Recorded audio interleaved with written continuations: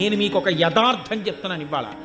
ఒక్కొక్కసారి ఏ దీక్ష లేకుండా అయ్యప్ప స్వామి గుడికి వెళ్ళినటువంటి కొంతమందికి అసలు జీవితంలో అయ్యప్ప దీక్ష తీసుకొని వాళ్ళు కొంతమంది ఆ గుడికి వెడితే 50 సార్లు దీక్ష తీసుకున్న వాళ్ళకన్నా కూడా అద్భుతమైన రీతిలో అయ్యప్పని సేవించుకునే అదృష్టాన్ని ఆయన ఇచ్చిన సందర్భాలు ఎన్నో ఉన్నాయి.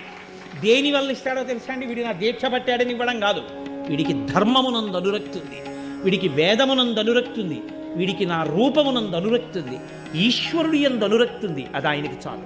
నీవు విష్ణు భక్తుడవైనా అయ్యప్ప భక్తుడవే, శివభక్తుడవైనా అయ్యప్ప భక్తుడవే, శాక్తేయుడవైన అయ్యప్ప భక్తుడవే. నువ్వు ఏ రూపాన్ని భక్తితో కొలిచి వేదాన్ని నమ్మి జీవించినా నువ్వు అయ్యప్పని చేరుకోగలవు. అది ఆయన గొప్పతనం.